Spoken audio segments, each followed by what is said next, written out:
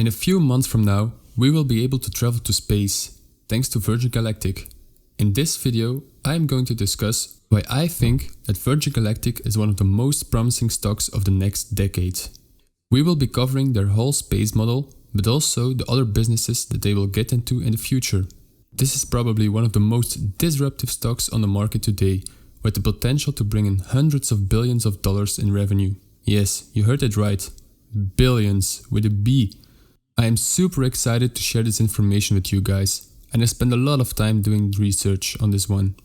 So I would really appreciate an early thumbs up. And also, don't forget to subscribe to my channel if you like the content, since I will be covering every new milestone Virgin Galactic reaches. And as always, I respect the fact that you are taking the time to watch my content, so I'm gonna try to fit as much valuable information in as little time as possible. The format of today's video will be the following. First, we will cover their business model over the next 2 years. But I will expand my analysis to cover some key elements for future growth, which many people tend to overlook. However, it's so crucial to know this part to make a good investment case. Next, we will discuss the market potential of Virgin Galactic. With its $250,000 price tag, we really need to know what the potential customer base will look like. We will make an estimate on how big this market could be and what kind of revenues we can expect. We will end it off with my opinion on the breaking news that recently came out about the aborted test flight and what influence this will have on the stock price, but also whether you should buy, hold or sell this stock.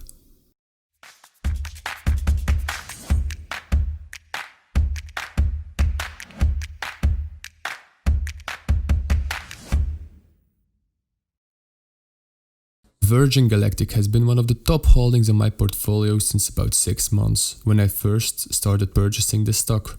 I loaded up on more and more shares on the way down and have now a nice position at around $15.5 US. A couple of weeks ago, I was up 125% in profits with this stock, and it never crossed my mind to sell a single share of it.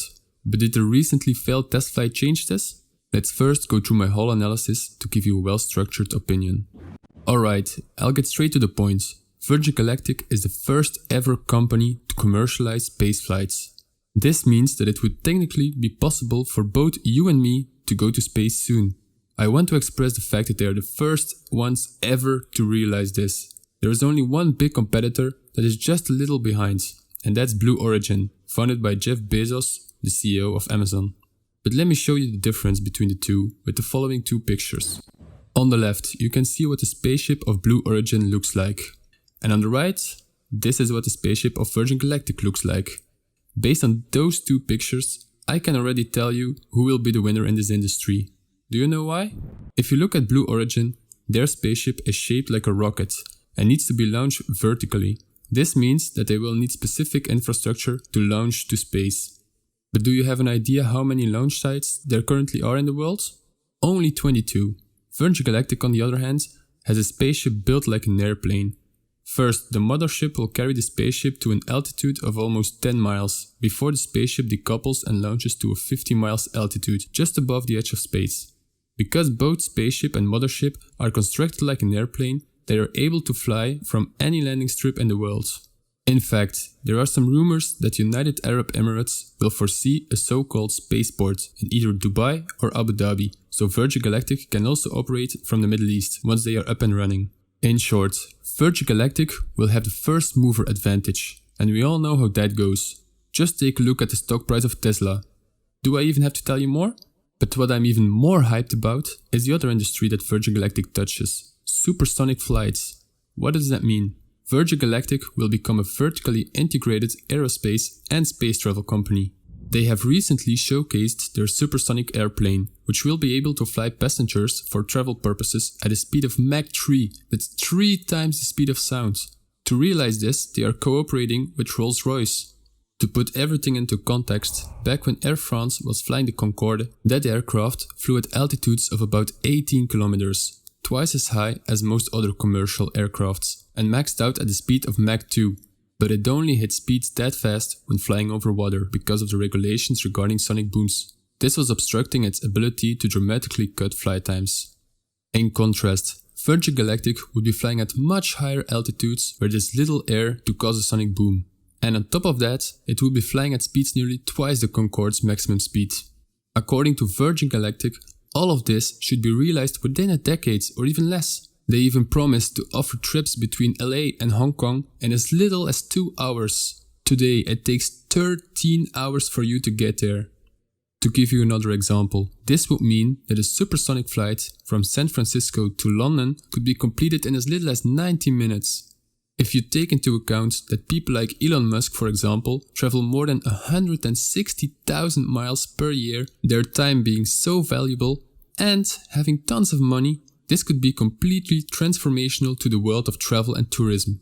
But one of the biggest concerns people have is whether there will be enough demand for all of this. So far, they have sold more than 600 tickets at between 200,000 and 250,000 a pop. Let's meet somewhere in the middle, and that's already 135 million in ticket sales.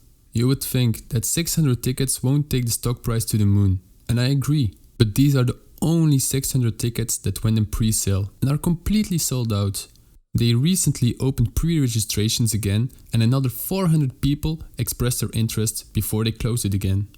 Right now, it is not a matter of will they have enough customers, it is more about will they be able to handle the demand that they get. Oh, and I did forget to talk about its margins. Since the spacecraft is completely reusable, we are looking at a 70% profit margin on every single space flight. This is just mind-blowing to me. According to USA Today, many stars have bought a ticket already. This list includes Leonardo DiCaprio, Justin Bieber, Angelina Jolie, Brad Pitt, Lady Gaga, and many more. These are people with a massive social media following, which means that soon we will see pictures of Justin Bieber in space on Instagram, promoting Virgin Galactic.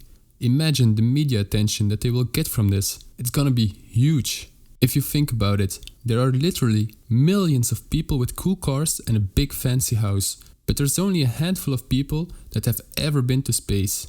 Remember, this is a once-in-a-lifetime experience that almost everyone would love to do, if they have the money for it, of course. The company itself is forecasting to make $1 billion in revenue per spaceport with over 400 flights on an annual basis down the road. This is with at least 2 spaceships, one of which is supposed to make its debut early next year. And eventually, Virgin Galactic wants to have a spaceport at every single continent on Earth. Now, let me ask you the following. Don't you hate it when you finally can go on a vacation, but then you have to wait for hours to finally get to your destination? Well, this is exactly the problem that Virgin Galactic is going to solve with its supersonic jets. The market for that would be absolutely ginormous. You see, in the short term, yes, their main business will be the space tourism, but a much larger opportunity over the long term is the point-to-point supersonic travel. There is a massive opportunity in the market right now for a company who can significantly save passengers' time on long-haul flights. You see, private flights account for only about 0.5% of all US passengers' flights, and 77% of those were for fewer than 1,500 miles. So we're talking about a flight that was 3 hours or less, and people on average paid about $15,000 for these private flights, just to save 2 or 3 hours compared to a regular commercial flight.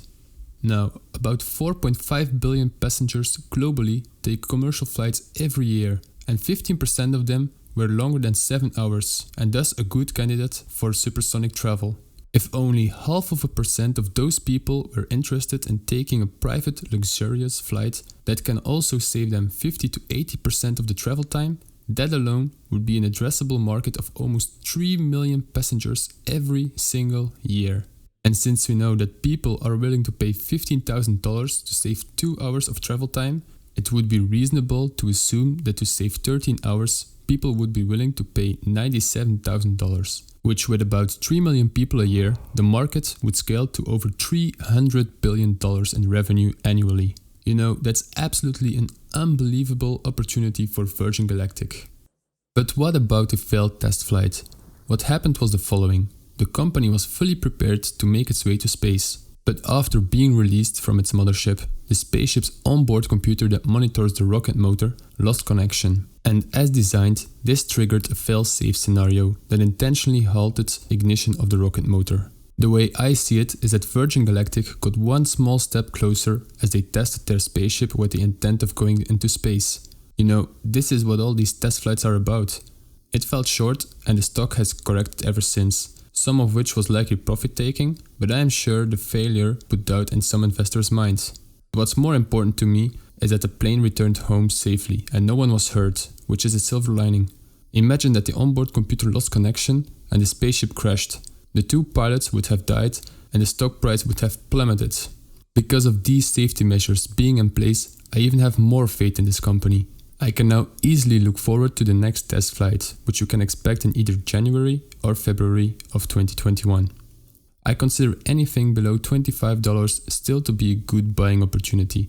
However, I see a stock price of at least $50 easily being feasible in the next 12 months. I even dare to say that a $100 price target is still feasible in the next 12 months, but this would be my upper bound.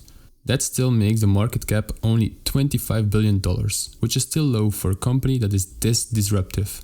After a successful test flight, the next big catalyst for the stock will be the first ever commercial flight with founder Sir Richard Branson. This will be a big event for the company, since this will mean that they are ready to welcome the first ever customers. You have to know that almost 76% of the free float is being sold short. This means that if all the uncertainty is gone, all these short sellers will have to buy back their shares and will ultimately cause the share price to explode.